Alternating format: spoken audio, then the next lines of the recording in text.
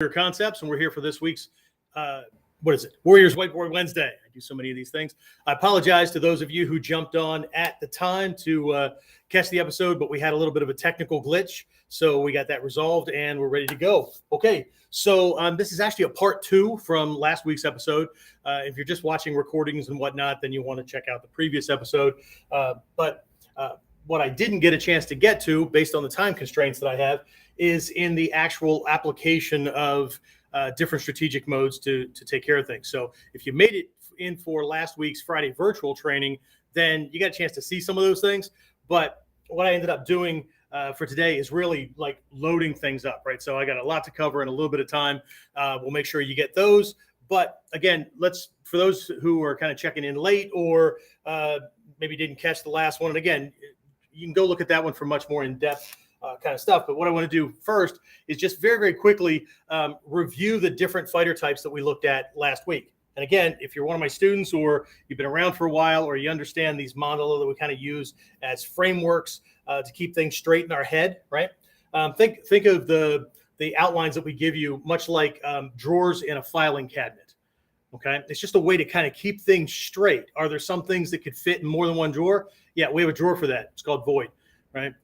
But it's a way to kind of catalog and keep things straight. Eventually, you're going to drop all that stuff, but it's a way to kind of keep things sorted out as you're going through the program so you don't get so lost or overwhelmed or everything just doesn't start looking the same, okay? But anyway, very, very quickly, last week we took a look at 4 attacker types, regardless of whether they're wrestlers, punchers, kicker, whatever, right? Okay. So again, we'll just do our little Roman cross kind of realm kind of pattern here. Make sure you guys, excellent. This is going to look better than last week. Okay. So in no particular order, right? So we've got guys that are strong, right? And they hold their ground. Okay. And again, these are all strategies that we can use as well and are a part of our program. But this is typically, these are big guys, right? Or girls, whatever, right? Or there's more of them. So what's going to happen is either this guy's going to get a hold of you because he's got that kind of strength, right? And just jack you, right? With just one good shot because that's all he needs. Or in a multiple attacker scenario, what you got is one person holding you down. So it's easy for everybody else to wail on you, okay? So they're creating kind of a situation of immobilization, but they don't move around a whole lot themselves, okay? They kind of lock you down and then they go. This could also be the guy that wrestles you to the ground, straddles you, and either goes at it or is above you with a knife or something like that, or he pop, that kind of thing, right? That's kind of this kind of thing. They don't move around a whole lot, right? Okay. Then we've got these other guys, right? That these are the haul off attackers, right? Haul off. Okay. They attack very much like a baseball pitcher, right? An American baseball pitcher.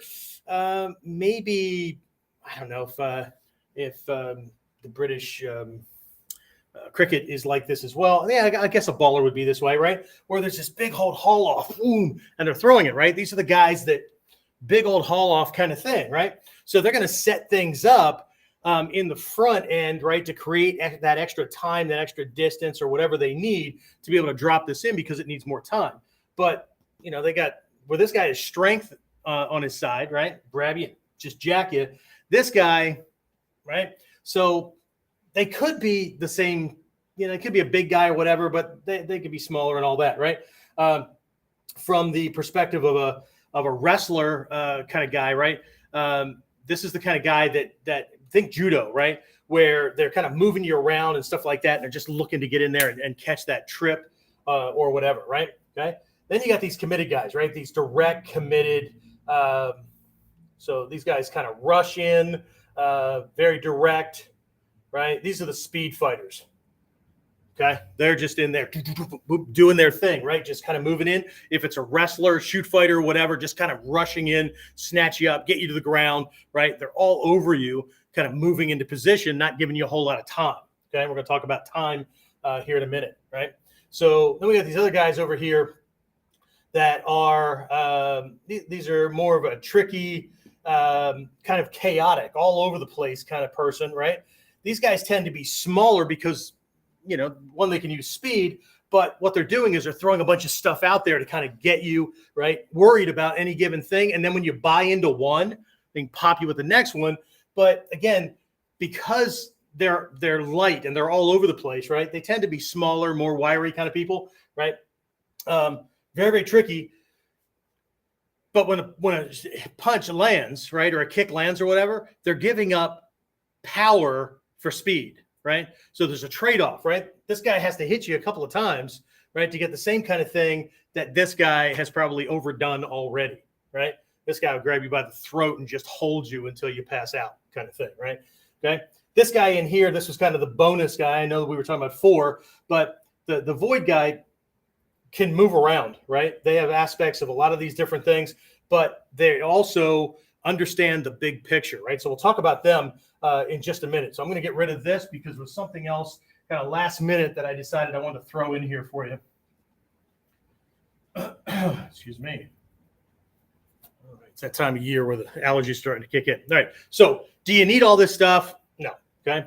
You can do what lots of people do, but what I want to do very, very quickly here is make a little triangle, right? And we're going to take a look at 3 different types of student, 3 different, again, it's another way to look at different fighter types, but what we're talking about is people that are training to do things, right? This is more of the training paradigm, okay? I was introduced to this very, very early in my training. It didn't look like this. They just taught it, and then there's something that I formulated to make it easier for students to get, right?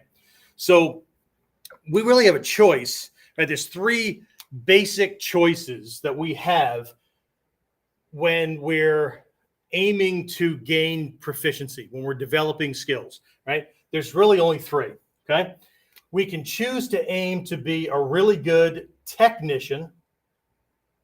No, not the guy that fixes your TV set or your computer, right? What that means is we're focused on technique. We're focused on skill. We're focused on kata, right? We're focused on doing it the right way, the official way, we're following dogma, all that kind of stuff, right? Now, I'm not saying the training in here is not important. It's extremely important, but people tend to aim for this, and this is how they gauge success over failure. This is how, this is what will put them into arguments with other people, whether or not they're doing it right or not right or whatever, right? Okay, so and I'll come back to this and how it loops back a little bit, but we can aim just to be the technician, right? I'm just looking to learn some really cool moves, and I'm going to dazzle them with my brilliance kind of thing, right? Right? Or we could aim to a next level, right? So we know we need these, right? Because they're vehicles to learn from, right? But we can aim to be a tactician, right? Not only what do we do, but how, when, where, how much, how little, against who. That's really the level of this stuff, right? For our Whiteboard Wednesdays, we're really looking at tactician above, right? Because this is about strategic thinking. It's about tactical application, right? Doesn't matter what technique we're doing, right? Tactics change everything. The dynamics change everything, right? So we can aim for technician, just about technique. We can aim for tactician, so it doesn't matter what technique. What we're really doing is choosing techniques and skills based on the problem at hand, based on the battlefield, the environment, back alley, my living room, whatever, right? Okay. Some things are just not going to work in certain areas, right? No matter how much we like that technique, okay? But we can aim here, right? Or, right, we can aim even higher than that into what I tend to call a master controller. Okay. Now, just like in our Mikyo training, just like in just about anything in the world, right? You have these levels of progress, levels of progression, levels of transcendence, right? We're going deeper and deeper, higher and higher into our abilities, right? But these guys down here will argue over whether or not this is really a part of what they're doing, right? This guy will argue that this guy is not really doing the same. Well, actually, this guy knows that he needs this. This guy knows that he needs these things. This guy will argue that this shit's just not right. It's not a part of what's going on. This guy will say that, well, that's not really necessary, okay? But this guy knows that all of this is necessary. There are all levels to go through. But what about the master controller, right? So the tactician knows angles. They know timing. They know best targets. They know weaknesses on the opponent. They know fighter types, right? How do I approach each one, right? What's my best chance of winning against somebody who prefers to fight this particular way, right? That's a tactician. Technician, well, see what happens, right? Okay. I like these techniques. This is what I always do, whatever. Okay. What about the master controller, right? Is he not using tactics? Of course he is. Not using techniques? Of course he is, right? This guy, and this is something I learned as a white belt, one of the first lessons I ever got in ninjutsu, right? Is that a ninja takes control from the attacker or from the opponent long before the opponent ever realizes that he lost control. Okay. The moment the opponent thinks he lost control is not it. It's not it. It can't be it. Okay. Because he'll always be resisting what he thinks when he starts to think that he's losing, right? The higher level people, my guys 4th dan and above, have to be able to create a situation where it doesn't matter if they apply effort or the other person resists, the opponent gets damaged. Everything backfires on the opponent. Okay. The higher you go, use this in arguments, in all kinds of conflict dynamics and things like that, right? But the master controller sets things up so that it appears that certain things are going on when really something else is going on, right? So if they're going to use techniques, let's say kamae or whatever, they're going to take up a kamae that gets the opponent thinking that they're going to be doing one thing when, see, the opponent's going to start developing their plan of action and all that kind of stuff, and they're going to come in based on what they see, and then when they come in, they're going to change, okay? But they're also not always doing what, like the art that they're in or the system that they're in, okay? So if I know that somebody, if the way they're moving around, right? Maybe they move around like they're, they've got some sport karate kind of experience, right? I'll start moving around like I'm a taekwondo guy or somebody that kind of fits into that paradigm. So they get the feeling that they've been there before, and it starts to jack up their confidence that they know how to deal with me, right? And then when they come in, I change to what we're doing, right? Or I change it to something else, right? So they never know where they are in the fight. They never know who they're dealing with or how they're dealing with them. They have to make it up on the fly. So they can't rely on preferences and all that. But there's a bunch of like psyop in the military. We call it psyops, right? Psychological operations, right? Creating confusion and disinformation and all kinds of stuff, right? Again, we'll talk about that as we move along.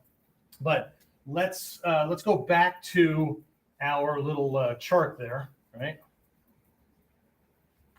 I'm also breaking these things down like this in segments in these sessions because we're actually in the process of taking these bigger lessons. They're 30 to 50 minutes long, right? And breaking them down into subject areas so they're smaller, because I know that a lot of people, they have good intentions, but because they're addicted to their phones or video games or whatever, right? Attention spans are getting shorter and shorter. So I'm going to have to meet people where they are and then hope we can get that to expand out, right? Because if they can't hold it, they can't hold something for more than 2 to 10 seconds without getting distracted, right? Or without getting stuck in their own head or whatever. How the hell are they going to deal with somebody that's like, all over the place or is trying to use some of this stuff on them? Anyway, let's switch back over here. Just a question, just a thought, right? So let's go back to our diagram again. Okay. For those of you who are in the training, I'm going to identify these things. I don't care if you like the Godai system or not. Doesn't matter to me, right? If you like it and it works for you, then use it. If you don't, then don't. Don't want to run around talking shit about things, right? Just talking yesterday, one of my students, we're getting ready to walk in a third local parade here tonight. It helps us promote the academy, right? Hand out some coupons about classes and give them a nice little incentive to, all that kind of stuff, right? But they were using one of our like paper cutters, right? And like they're wasting more than they're producing. And I mean, whatever, right? And so last night we just had this conversation. I said, on that particular machine, I can cut 9 sheets of paper at one time. And they looked at me like, 9? I can't do more than 2 or 3 without having problems. And I'm like, how do you do that? Well, the first couple of times I figure out the process, and then that's what I do for the rest of the thing, right? The time that people spend bitching and complaining because something's not working, I'm spending that amount of time sorting out the problem and producing a solution so that I can keep on going. It's a difference in mindset. Okay. Same thing on the street. Same thing with any kind of problem or whatever area in our life, regardless of whether it's a self-defense situation. Well, ultimately, everything's a self-defense situation. Anyway, so if you like to go die or whatever, we got earth, water. Again, if you don't know what I'm talking about, you can either look it up or ignore it. Water, fire, wind, and void. I swear to God, if anybody asks me where metal or wood is, I'm going to point them to 3 articles I wrote 2 or 3 decades ago on how people confuse the Godai 5-elemental model that comes from Tibet with the Chinese Gogyo model, and then all kinds of confusion happens. Anyway, right. So what we're going to do is take a look at these, well, I'm adding now a 5th one, right? The fighter types based on their advantage, right? If you know what somebody's advantage is, you have a head up on them, right? They know what their advantage is. That's where they're fighting from, right? So how about if one of the first tactics we use is don't fight in the same place they are, okay? Don't pull a Michael Jordan and confuse the fact that you're a good basketball player and decide that that means you're a good athlete all over and you want to go play baseball, so you go play baseball, right? If anybody knows the story, Michael Jordan was as bad at baseball as he was at basketball. And after a season, went back to basketball, right? Good move. Anyway, right? But what people do is they confuse the fact that they've won a couple of fights with the fact that they're a good fighter, right? But in reality, they've always fought pretty much the same type of fighter, right? But what are the advantages of those different types? Because I already laid them out and what they are most likely to do, right? But what's their advantage, right?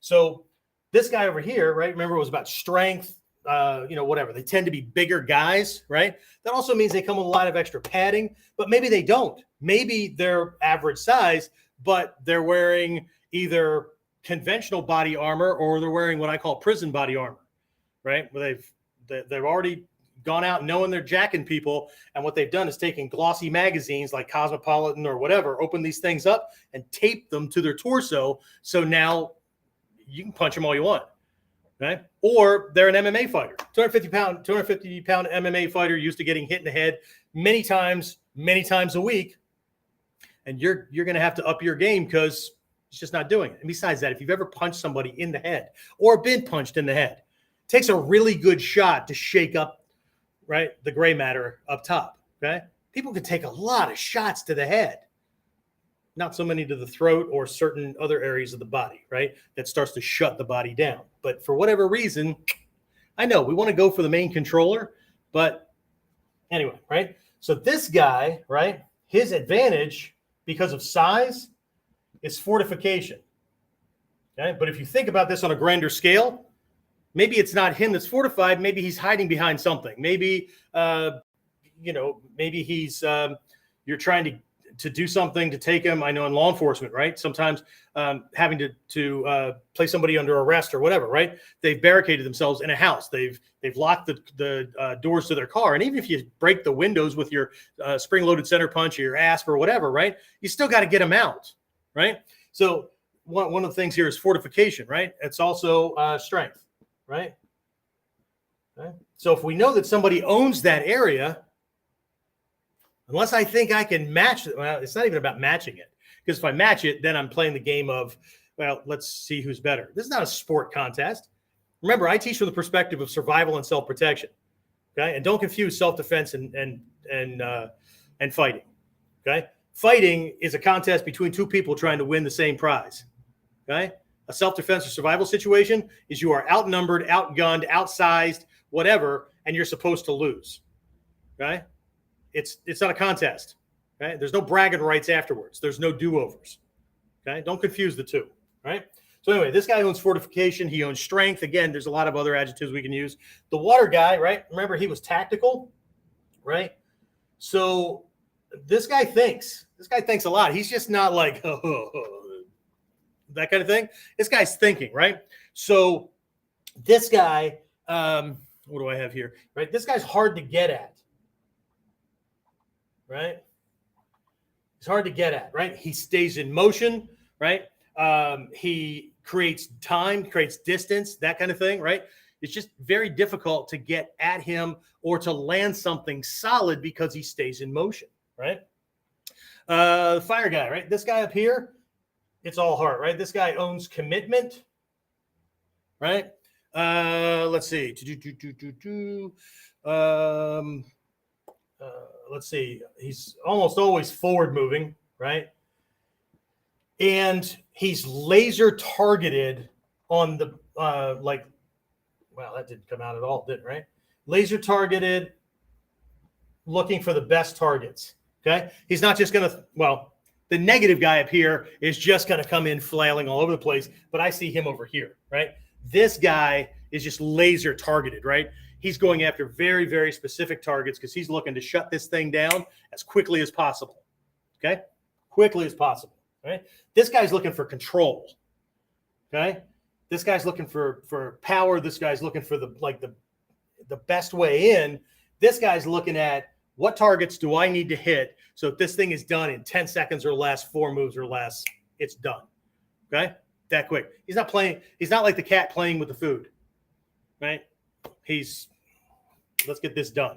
Okay? A lot of people like to gravitate to here, especially A personality types and all that. I'm one of those. Okay? But once I learned that you have way more control by matching what he's doing, you can do the same thing in every other area. You just have to understand that it's all there, because if this guy goes running into this guy and I don't care how many shots he lands, they don't do anything. Now he's in the bear's den and all bets are off, right? Okay. So the wind guy over here, right? He's tricky, right? What we kept put in there before. Chaotic, all that kind of stuff. He uses confusion, right? And those psyops I was talking about before, right? Psyops, right? Again, he's just trying to create frustration, confusion, those kind of things, right? Some disinformation, right? Just kind of make it look like he's going one way when he's going to pop you in another way, right? Do one of these things so he can go. You see boxers doing that, right? When they do the whole rope-a-dope and the bob and weave kind of thing, right? To get you thinking they're going one way. So when you bob in the opposite direction, they pop you with that one. That kind of guy, right? And the void guy, right? Again, this guy sees the big picture, right? Big picture, okay? He has an outcome, right? Not just winning. How, right? This guy here is also very cold and very calculating. I want you to think serial killer. Okay? This is the guy that has elements of all of these things, right? Trickiness, confusion, tactical, is very specific about the plan that he's going to use. He has an agenda, right? Knows exactly what target, that kind of thing, and is operating from a position where he's actually not drawing any attention, right? So if you think about the assassin walking down through the mall, right, and you're coming up on him and whatnot, he's just walking, that kind of thing, right? But he's got something, little gun, knife, whatever. And as you're walking along, he just kind of bumps shit, doink, and keeps on walking, right? So when this guy drops and everybody turns to look, right, he may either keep on walking or he'll turn to look like everybody else, like what the hell just happened, kind of thing, right? No thought about it, nothing, right? Okay.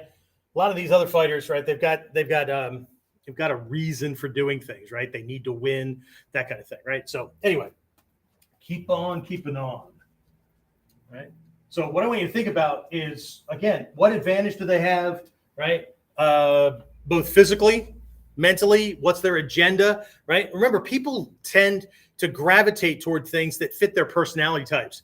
We talked about this in the last episode where it was body size, body type, right? Often goes in that direction, right?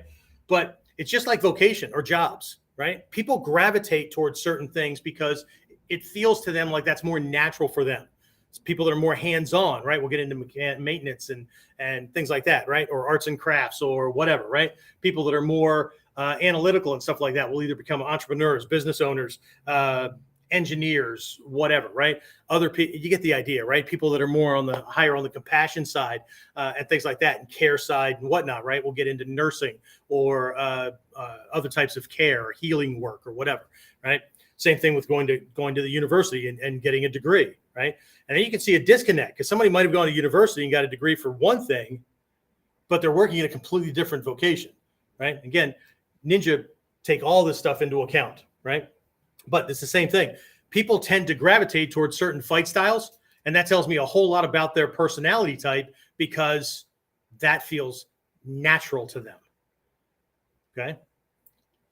So when people say, well, what if he doesn't do this? What if he does this other thing? I'll look at him and go, personality type, he's very, very unlikely to do this other thing.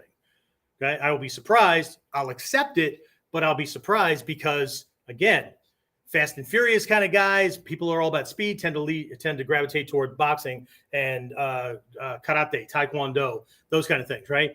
People that are smaller, more on they know they don't have size on their favor and all that kind of stuff will lead toward aikido and stuff like that, right? People that are more contest driven, right? Tactical, tricky that way, right? Will gravitate toward wrestling. They'll gravitate toward judo. They'll gravitate that kind of thing, right? Bigger guys, right, will gravitate toward sumo, or that earth guy over here, right? I ain't gonna fight him. I'll just shoot him in the face, right? They'll gravitate toward things that it doesn't require a lot of finesse, right?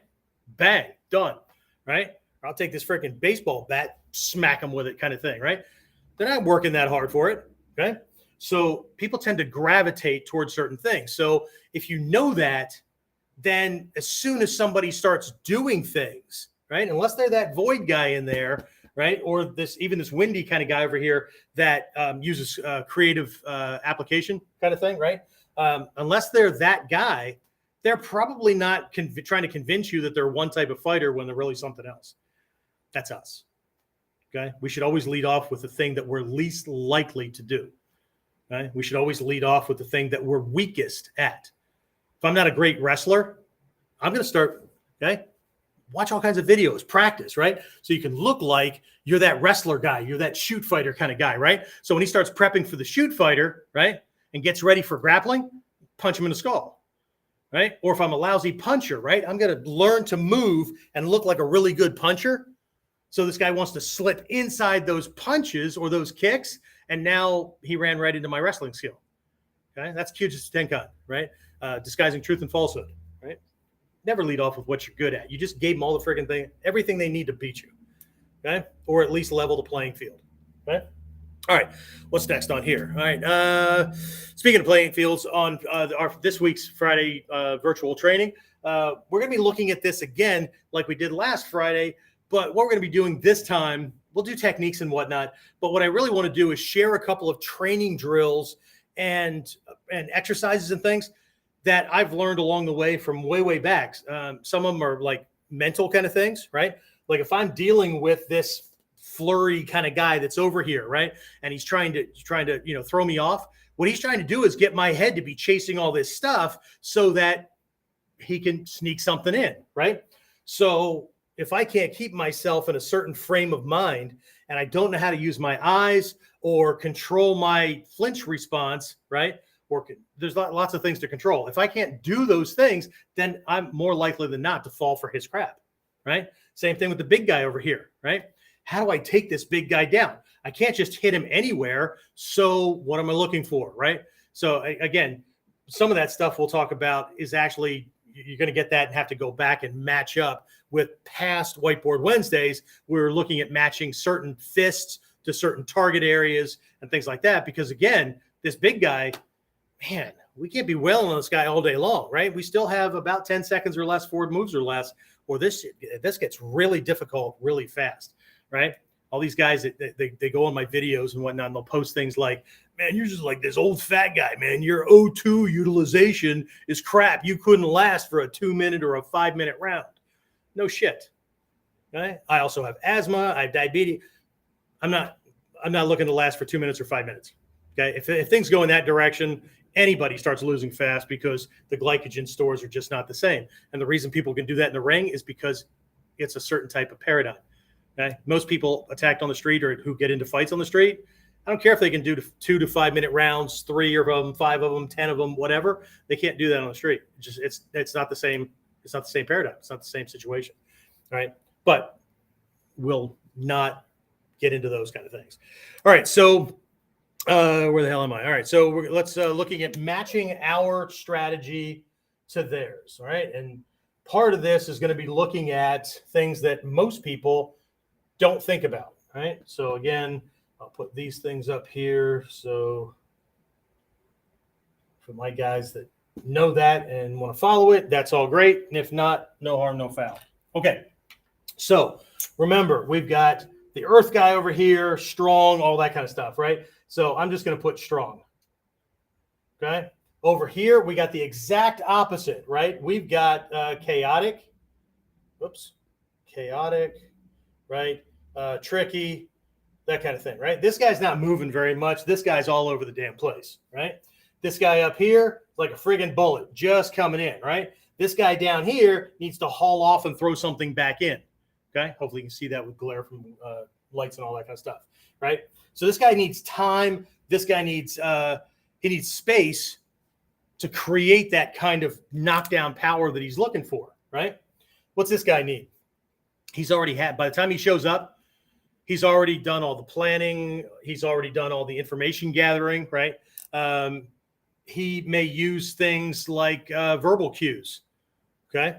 He may know that if he asks you a question while you're moving around here and he asks you a question that requires more than a yes or no answer, and you don't have control of your head, as soon as he sees your eyes shift that says you're thinking about a response or you're thinking about not responding, he'll punch you, right? Because he took you out of the game and your muscles are now not ready to go.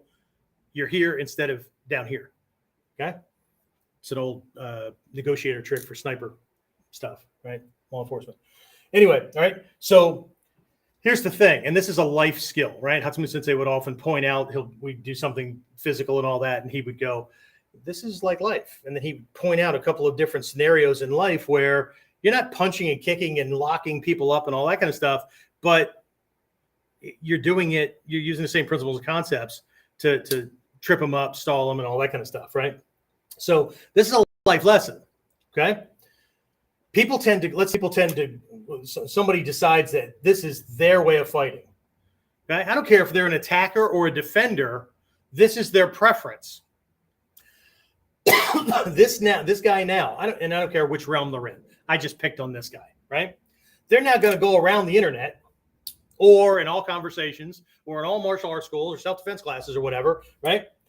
And instead of trying to learn stuff, right, they're going to tell why all these other things don't work because I'll just jump in there and kick your ass before you even know what's happening. Well, that's all great, but what happens if you can't? There was an MMA fighter. His name was Chuck Liddell. I don't even know if Chuck's still around or not, right? Chuck had this hard, fast thing. Now, Chuck tended to be in here, right? And this is, people tend to not be like all over the place. The ones that start to get scary are the ones that are in here closer this way because they've got elements of all of them, but they tend to lean in a given direction, right? Talk about that in a minute. Right? Let's get rid of this. Anyway, so Chuck Liddell, if you ever watched any of Chuck Liddell's fights, right? Chuck Liddell on the first round, right, would come out and try to jack the person first off, right? And if he couldn't make that happen in the first, let's say, minute or so, his fights lasted really long, okay? Really long. But that's what he tried to do. Just right in the boot, just take it to him, overwhelm them, and get this thing over with, right? But again, what ends up happening is this guy thinks that that's all it, okay? Here's a life thing. From our personality type, our emotional type, right? The way we see the world and the way we act in the world, the people that irritate us the most are the ones on the opposite side of the mandala. It's the way the mandala works, right? They're on the opposite side, okay? So from a life perspective, when we need to grow, we need to drop our ego bullshit and recognize that the guys on the other side, while we're over here struggling, trying to do what we do harder, faster, and all that, and it's still not working, right? Right? We need to recognize that the ones on the other side of the mandala have the answer to breaking through the thing that we're looking at, okay? Now, that's the shortcut answer for life, but it's the same thing in a fight. This guy that's coming in directly, right? What's he really doing from a tactical, strategic standpoint? What's he doing? I know we're not actually having a conversation, but wherever your head went to, I hope you were right. What he's trying to do is steal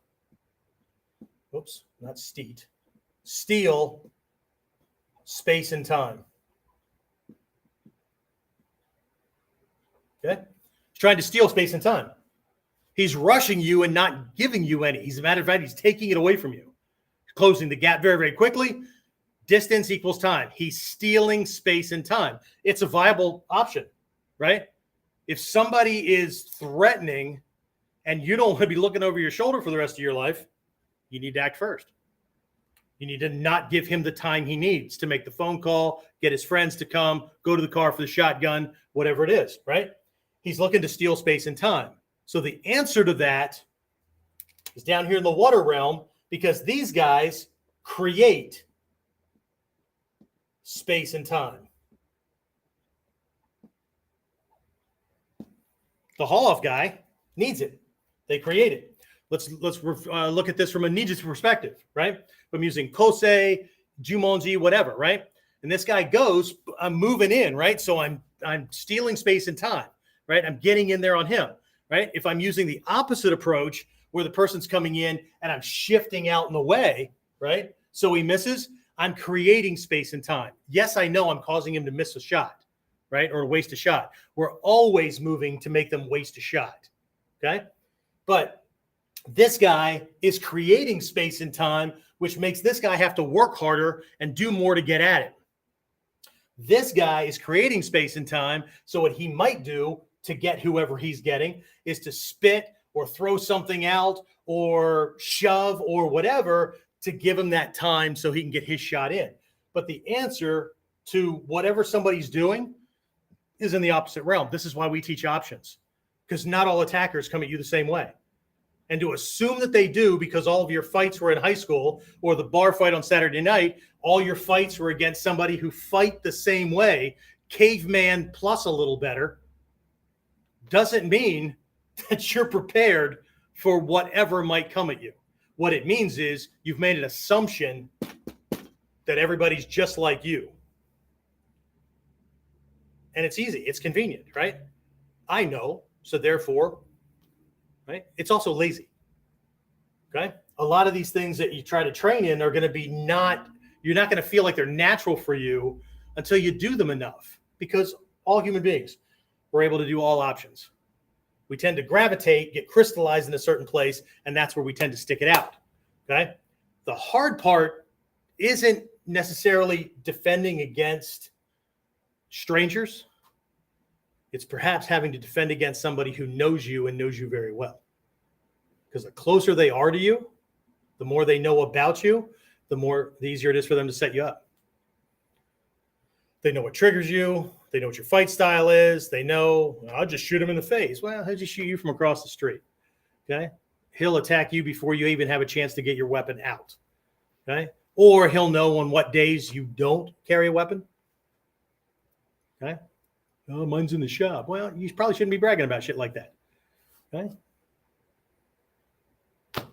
So anyway, right? It's on the opposite side, right? So if this guy's all chaotic and bouncing all over the place, right? I'm just going to hang out. I'm going to be out of range, right?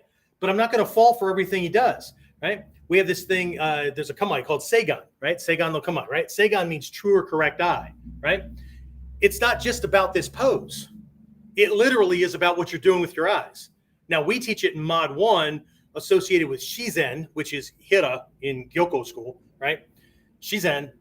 And there's the difference between Shizen and just standing there is what's going on with your knees. But more often than not, it's what you're doing with your eyes and what your head's doing, okay? Because I'm in a neutral, I can move anywhere kind of thing, as opposed to just kind of standing here, okay? So Seigan, right, is the ability to use your eyes in a way where you can point the eyeballs straight forward, but your sight consciousness is taking in the whole field of vision. So you're actually accessing your spatial relationship functions, right? You're shortcutting the whole process. You don't care. You're not narrating. You don't need talk to yourself about there's a punch coming, there's a kick coming, he's Taekwondo. I'm just watching the action in front of me, completely divorced from what's going on. In Shinden Fudo Ryu, it's called Munen Muso. No thought, no action. It's the no thought part of it, right? Not guessing. I'm not thinking about what I'm going to do while he's busy doing what he's doing, right? So when he moves, I've actually created a situation using this Nekugan kind of eye thing, naked eye, right?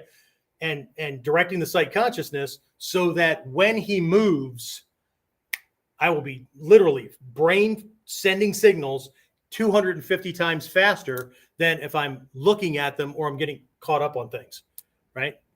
Trying to watch for everything, right? Now you're in a different area. It's very, very weird, right? So if this guy's bouncing all over the place, I'm just going to hang out and wait. I could hang out and wait in Shizen. I could hang out and wait in Hira. It's not about the kamae. It's about the strategy, right? I'm just going to wait because sooner or later, he has to break through the kukan to come at me. That's what I'm going to go after.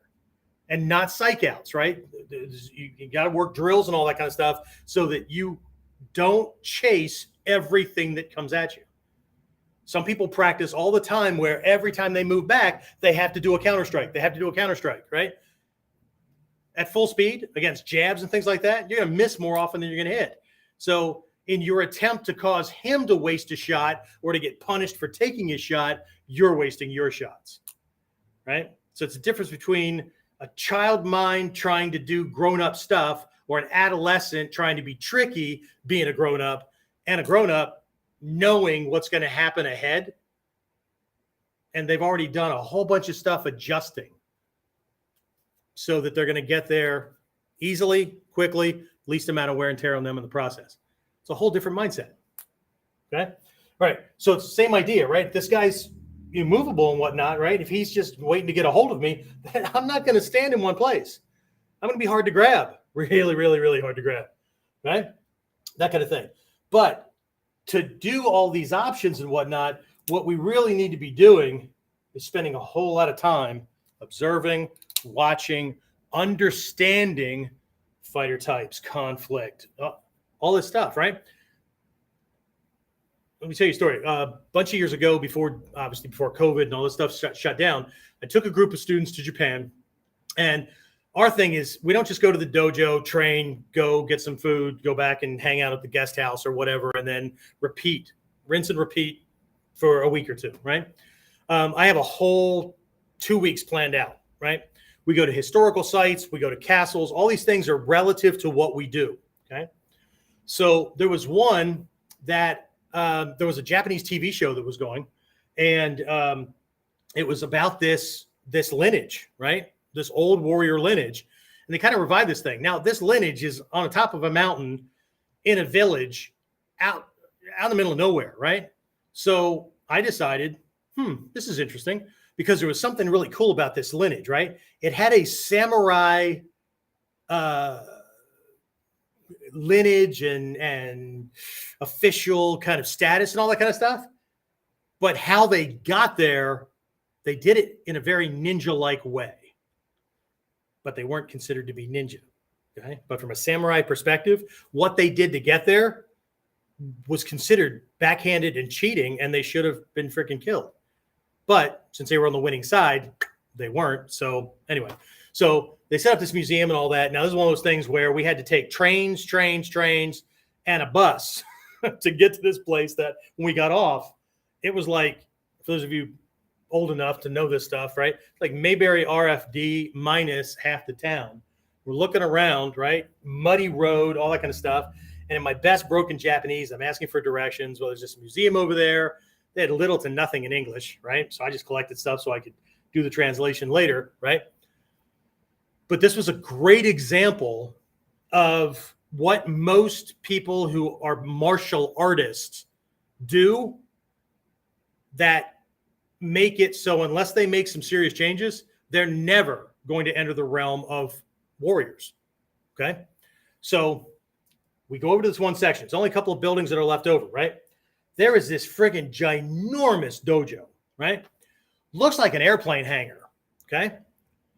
This lineage happened to specialize in spear and naginata. So this dojo, right? That's what it was for training with spear during inclement weather. But it was also surrounded by this big open space where they could do things outside and all that. But here's this, right? Okay, great. All right, dojo, right? Been to lots of places where there's a dojo. But out and around it, there's a smaller building with all these small rooms. Okay? That was their warrior school, where these warriors, bushi, trained hours a day, not trained, studied, were taught military tactics, different strategies of different schools or what the opponent's doing, right? Military tactics, all kinds of things, right? That most people don't want to think about because, well, most martial artists are very active people. So you start talking to them about strategies and tactics and whatever, they just freaking zone out. Look, dude, let's just get in there and mix it up, because that's the kind of person they are, right? Or also they're very set on right and wrong ways to do things. There's lots of ways to look at the mandala. Very structured, right? Very set, right? Not so easily adaptable. Okay? So you get the idea, right? So we as martial artists, we as practitioners, we as warriors have to be careful that we're not our own worst enemy, that we're not setting things up so that we're only prepared for what we've experienced. We're only prepared for people who fight like we do. And then if you look at most competitions these days, martial arts competitions, right? Look at all the systems and all their different nuances and things like that, right? And you see styles. You go to martial arts competitions, what you see are the different uniforms. I almost said costumes. The different uniforms, and they might have a trick or two with a kick or a punch or whatever, but ultimately, because of the paradigm, everybody's fighting the same way. Okay? The funny part is that most don't know it. Okay? So anyway, right? So the answer is on the opposite side of the mandala. Okay? All right, so where the hell am I here, right? Oh, there's also secondary ones. Do you have to always do it that way? No, there's secondary ones, right? So, if this guy's coming straight in, I can evade him, right? What I don't want to do is stand in front of the arrow, rock, or bullet that's coming at me, okay? That's what he's designed for, coming in, blast right through that freaking resistance, right? So instead of just creating space and time, this doesn't necessarily create space, but it's now tricky. It's flanking maneuvers and stuff like that. So when he comes barrel-assing in like a rabid dog or a pig or a boar, right, that just charges in, right, last second, you're going to slip by the side. He's trying to fight over here, and you're right here on it, okay? Same thing. This guy here, right, with this haul-off kind of thing, right, I could move in and steal time, right, but I could also just kind of hang out and wait. And then when it comes in, right, again, slip off. So there are secondaries. It's not hard and fast, and you'll learn more about it when you gain more experience. But the trick is you got to start somewhere, right? And most people have little to no training in tactical or strategic thinking.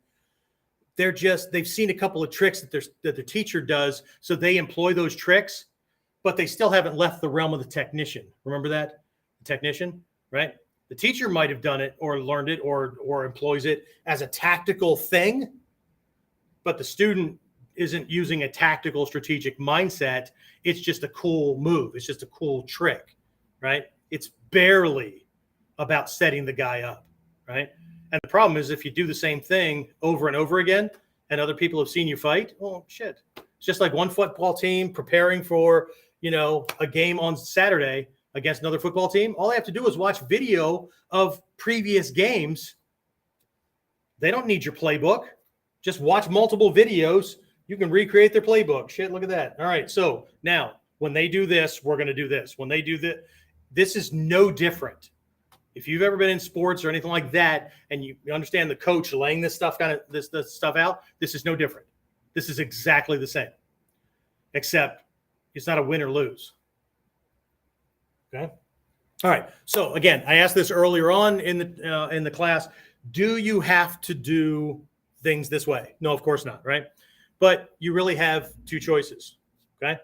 Choice number one is, or option number one is you keep doing caveman with style type fighting, right? Which is let's see what happens and we'll hope for the best. I'm going to give it my best, but it's still a win or lose kind of paradigm, right? One of us is going to win, one of us is going to lose. Okay. It's not that it doesn't work. Human beings have been fighting that way for eons. Okay. But option two, right, is to become more the tactician, right? Be more strategic, right? Fight smarter, not harder. Those kind of things, right? Learn more about it so that you're not leading with pride, or you're not going in there like, again, an adolescent or a youngster, right, who thinks they know everything or they've got some tricks or whatever, but they're only focused on what they're going to do. They're not paying attention to any of this other stuff. Okay. This is just fighting the fighter types, right? There's a whole bunch of subsets under each of these. How do I fight this guy in my living room with the coffee table behind my legs? How do I fight this guy when he's holding my baby, my grandson, in his arms, threatening to hurt him, right? There's a whole bunch of subsets, right? This is just 30,000-foot view, okay? And again, most people don't think of those things either because they think of fight. Okay? As I've told my teenagers as they were growing up, when we had little moments, I would remind them, the problem between you and I at the moment is not that we don't agree. The problem is that you don't think big enough. Okay? I know you guys aren't that because you're enlightened and you're already here. So, but if you're really a student of combat, of warfare, of conflict resolution, those kind of things, you can't just pick a couple of things and hope to Christ that that's going to be the thing that saves your ass every time you get into a situation. Okay? Just doesn't work that way. All right, that's it. I've stolen enough time from your day. Back to your lives, citizens, right? If you want to get more, right, there's the URL for our Friday virtual class coming up this week. We're going to be looking at some drills and some exercises for getting our head straight and our reaction time and all that kind of stuff to be able to handle these different guys, okay? Some's going to be psychological that we need. Some is going to be reaction time, which ultimately is psychological as well. But we're going to be working a couple of drills that this is going to throw most people off, and that's okay. That just means they won't show up for training and they'll miss out on a whole bunch, right? A lot of these things that we're going to do this Friday will not be self-defense techniques, but they will have everything to do with self-defense. I heard that time and again from Hatsumi Sensei and a lot of these master teachers I've worked with. What you're working on, what you're doing right now is not in and of itself a self-defense technique, but it has everything to do with surviving a self-defense situation. And therein lies the difference. Some people need to see monkey moves to be entertained so they feel like they're doing something. Some people know that's necessary, but it's knowing when, how, why, all that kind of stuff. That's going to make the difference. Okay. Anyway, that's what I got. Hopefully I'll see you on Friday. If not, I'll see you next week on Whiteboard Wednesday. Talk to you soon, guys. Be safe. Train hard.